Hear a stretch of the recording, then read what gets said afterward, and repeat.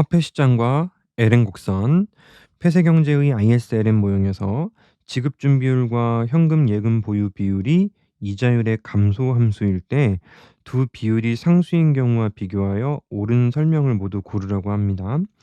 자, 일반적으로 LN 곡선을 도출할 줄 알아야지 우리가 증명을 할 수가 있고요. 뭐 암기로 조금 쉽지 않을 거예요. 왜냐면 이 과정에서 달성되는 메커니즘들이 너무 많기 때문에 그렇습니다. LN 곡선이 원래는 이렇게 P분의 MS 곡선이 위치할 때 L, Y, R 있잖아요. 예, 그 점에서 LN 곡선의 도출을 기본적으로 잡고 출발을 하게 되는데요. Y 제로 기준입니다. 만약에 소득이 증가하는 충격이 발생하게 되면 외생적으로 화폐 수요가 오른쪽으로 이렇게 이동하게 돼요. 색깔을 좀 달리 한번 해 볼까요? 외생적으로 화폐 수요가 오른쪽으로 이렇게 Y1 기준으로 상승하게 되는데 이자율이 올라가야 되는 거잖아요. 이자율이 올라가야 되니까 따라서 우상향하는 LN 곡선이 일반적으로 달성이 되는 것인데요. 자, 이게 지금 지급 준비율과 현금 예금 보유 비율이라고 하죠. 이자율이 올라가는데 그런데 이자율이 올라가는데 이제 CR, RR이 둘 다 떨어진다고 하네요. 둘 다 떨어지게 되면 통화 승수가 오른다라는 거 우리가 앞선 문제들에서 배웠잖아요. 그러면 시중의 통화량이 증가할 수 있기 때문에 여기서 P분의 MS가 우상향한다는 거예요. 그래서 통화 승수의 내생성을 담는다는 얘기입니다. 똑같이 Y가 증가할 때 균형을 위해서 이 높이까지 이자율이 오르지 않아도 좋죠. 조금만 올라가도 충분하기 때문에 이자율이 많이 오르지 않아도 괜찮으니까 LN 곡선은 더 완만해지는 것입니다. 자, 통화 공급은 외생적으로 결정된다라고 하네요. 통화 공급은 외생적으로 결정된다.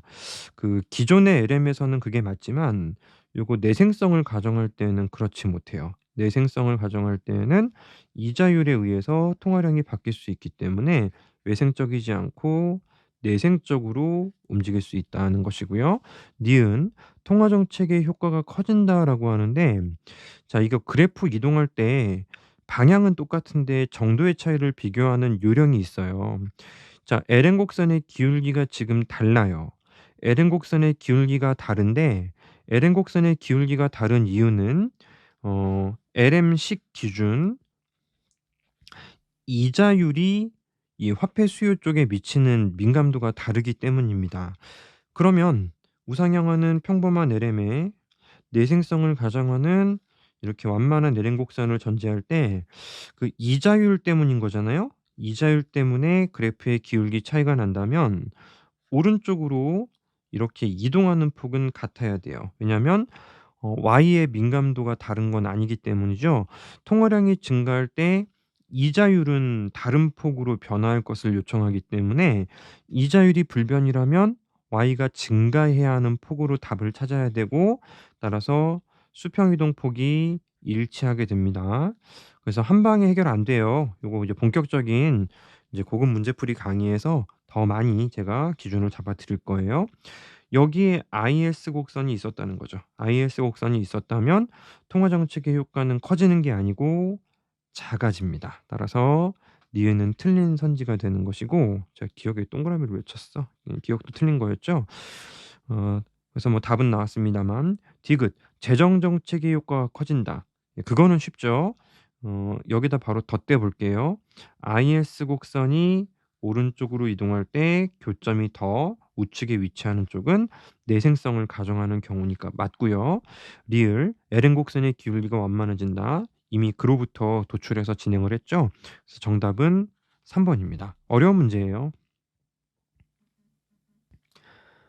폐쇄 경제의 재정 승수에 대한 다음 설명 중 옳은 것을 모두 고르면 가 거래적 화폐 수요의 소득 탄력성이 클수록 정부 지출 승수가 증가한다라고 합니다.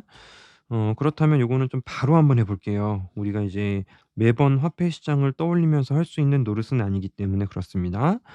거래적 화폐 수요의 소득 탄력성이 커져요.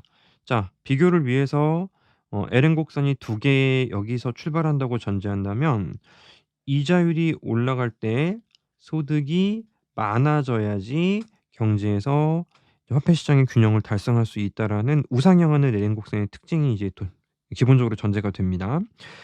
근데 소득 탄력성이 크다는 것은 똑같이 이자율이 바뀔 때 요청되는 Y가 작다라는 거예요. 자, 조금 더 완만한 형태가 기본이라고 한다면, 이게 LM 기본이라고 한다면 소득 탄력성이 큰 경우에는 이렇게까지 뭘 Y가 증가해야 돼? 소득이 조금만 증가해도 얼마든지 균형으로 이동할 수 있기 때문에 더 가파른 이제 LM 곡선이 도출될 수 있습니다. 그럼 정부 지출 승수가 증가한다 보자고요.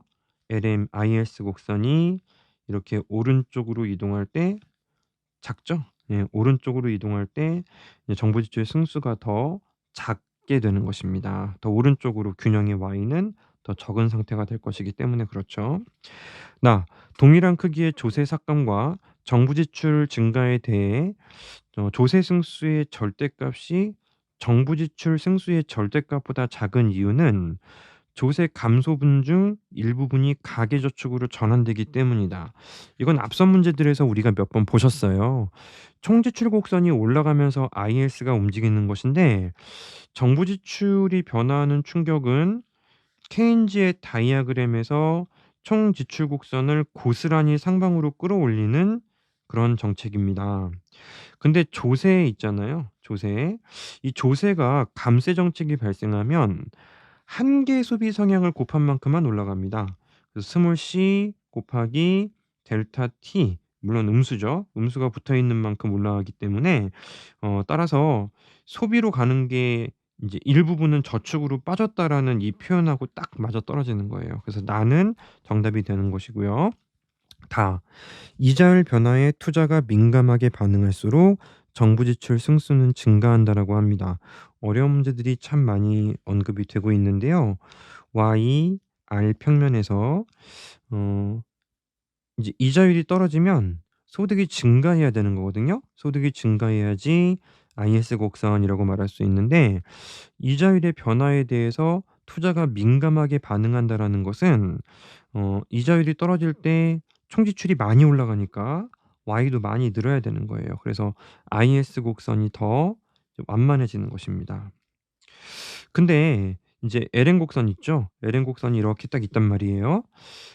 IS 곡선은 정부 지출이 증가할 때 오른쪽 또는 상방으로 올라가는데 IS 곡선의 기울기 차이가 수식의 이자율과의 민감도 때문에 발생하는 거라면 이자율이 똑같을 때 늘어야 하는 Y폭은 다르지 않습니다. 따라서 IS 곡선이 오른쪽으로 이동하는 폭은 똑같아요. 그럼 완만한 쪽이 더 Y의 증가폭이 작죠. 따라서 정부 지출 승수는 감소한다라고 판단을 하시게 됩니다. 결코 쉬운 문제는 아니고요. 이게 이런 그 IS 곡선, LN 곡선에서 출제가 되는 내용들은 그 처음에 완성하기가 좀 걸려요. 근데 오래 걸리는데 완성되면 어떤 식으로 출제가 돼도 절대 답을 틀릴 수 없어요. 그러니까 지금 이 인제 기본 강의 정도를 듣고 만약에 이 문제를 푸신다면 상당히 까다롭기 때문에 당장 어떻게 뭘 해 보려 하지 마시고요. 일단은 대략적인 감을 잡고 앞으로 본격적인 문제풀이 강의에서 여러분들이 점점 완성시켜 나가시면 됩니다. 정답은 2 번입니다. 소비가 소득만의 함수이고 투자는 이자율만의 함수이며 화폐 수요가 이자율과 소득의 함수인 단순한 ISLM 모형을 상정합니다. 통화량 확대 정책이 국민 소득에 미치는 효과가 커지도록 하는 요인을 모두 고르라고 하는데요. 일단은 첫 번째, IS 곡선의 기울기가 완만하면 LN 곡선을 우측으로 이동시켰을 때 교점에서의 Y가 더 많아지게 되죠. 그럼 IS 곡선의 기울기, 우리 앞선 이제 IS 쪽 테마에서 기울기를 우리가 이제 도출을 해본 적이 있었어요. 근데 물론 이런 그 공식 없어도 나중에는 기울기 차이 비교하는 거 제가 더 쉽게 알려드릴 수 있습니다. 피구 효과 쪽 이자율 탄력성, 기본적으로 음수는 붙어 있고요. 기본적으로 음수는 붙어 있고 1 C 1 마이너스 타우 마이너스 K 그다음에 플러스 뮤 이게 바로 IS 곡선의 기울기인데요. 한 개 소비 성향이 커졌습니다. 한 개 소비 성향이 커졌으면 전체는 작아지죠. 전체가 작아지기 때문에 IS 곡선의 기울기가 완만해지는 것입니다. 따라서 일반적인 IS와 달리 한 개 소비 성향이 큰 경제에서 LN 곡선이 우측으로 이동하게 된다면 그렇다면 오른쪽 교점이 더 멀리 가기 때문에 따라서 경기부양 효과가 더 크게 됩니다. 나 투자의 이자율에 대한 탄력성이 커졌어요. 자, 이게 커졌습니다. 이게 커지게 되면 기울기가 완만해지죠. 이것도 마찬가지로 기울기를 완만하게 만드니까요. 똑같습니다. R이 떨어지는 충격이 발생할 때에도 인제 정부 지출 승수는 더 커지게 되는 것입니다. 다 화폐 수요의 이자율에 대한 탄력성이 커졌다고 합니다. 다하고 라가 이 문제의 하이라이트입니다. IS 곡선은 문제가 없고요. YR 평면을 먼저 잡아 두실 것인데 LN 곡선은 원래 우상향하잖아요. 왜냐하면 소득이 증가할 때 이자율이 높아야 균형이기 때문에 그렇습니다. 다 화폐 수요의 이자율에 대한 탄력성이 커졌다면 이렇게 Y가 증가할 때 이자율이 많이 커질 필요가 없죠. LN 곡선은 완만해지는 것입니다. 그런데 통화량을 증가시키는 정책을 펼치면 LN 곡선의 기울기 차이가 이자율 때문에 발생하는 거잖아요. 이자율 때문에 발생하는 거니까 따라서 오른쪽으로 이동하는 폭이 다르지 않습니다. 그러면 IS와의 교점이 완만한 쪽에서 더 작게 증가하죠. 따라서 다는 틀린 선지가 되는 것이고요. 자, 화폐 수요의 소득에 대한 탄력성이 작아졌다라고 합니다. YR 평면에서 기본적인 LM이 있었는데 Y가 증가할 때 이자율이 커져야 된다는 거잖아요. 소득에 대한 탄력성이 작아졌다라는 것은 조금 위쪽에다 한번 그려 봅시다. 소득에 대한 탄력성이 작아졌다라는 것은 이제 Y가 증가할 때 R이 상승해야 되는데 많이 상승하지 않아도 좋아요. Y가 증가할 때 화폐 시장 쪽에 발생하는 충격이 작기 때문에 이자율이 조금만 늘어나도 된다라는 것을 의미합니다. 여기에 IS 곡선은 원래 있었겠죠. 확장적인 통화 정책을 펼친다면 LN 곡선은 우측 또는 하방 이동하게 되는데요. 이번에 LN 곡선의 기울기에 영향을 미치는 요인은 Y의 민감도예요. 그래서 LM이 오른쪽으로 이동할 때에는 민감도가 Y의 민감도가 다르니까 수평 이동폭이 같지 않아요. 따라서 Y가 똑같을 때 '이자율이 떨어져야 한다.'라는 컨셉으로 접근한다면 그때 요청하는 폭은 다르진 않습니다. 소득에 대한 탄력성이 달라서 기울기 차이가 난다면 이자율 방향으로 이동하는 수직 이동폭이 동일해요. 그러니까 완만한 쪽에서 경기 부양 효과가 더 크죠. 따라서 인제 라도 맞는 선지가 됩니다. 결코 쉬운 선지가 아니에요. 상당히 어렵습니다. 그래서 이제 맞는 것만 고르는 것이니까 정답은 3번 이렇게 찾아야 하는 조금 고급 어려운 문제였습니다. 소비는 처분 가능 소득만의 함수이고 투자는 이자율만의 함수인 ISLN 모형에서 화폐 수요가 외생적으로 증가하면 자, 얘는 뭐 쉽죠. 간단하게 볼 수 있는 문제인데 P분의 MS 그다음에 L, Y, R입니다.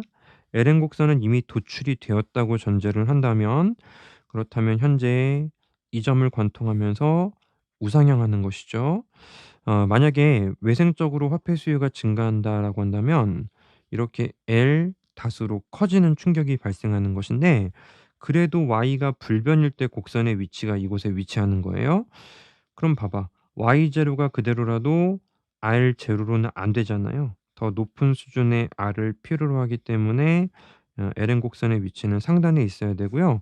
따라서 LM은 상단으로 또는 좌측 이동한다. 이렇게 볼 수가 있습니다. 따라서 정답은 3 번이죠. 앞선 문제들에 비해서는 훨씬 더 수월한 타입의 문제였습니다. 그래서 LN 곡선, IS 곡선 한 방에 여러분들 해결하실 수가 없어요. 시간을 들여서 노력도 하시고 정리도 해 나가시면서 앞으로 계속 과제로 잡고 거의 뭐 객관식 시험에선 출제가 되니까 이제 꾸준히 이제 개념을 이해하기 위해서 노력을 기울여 주시면 되겠습니다.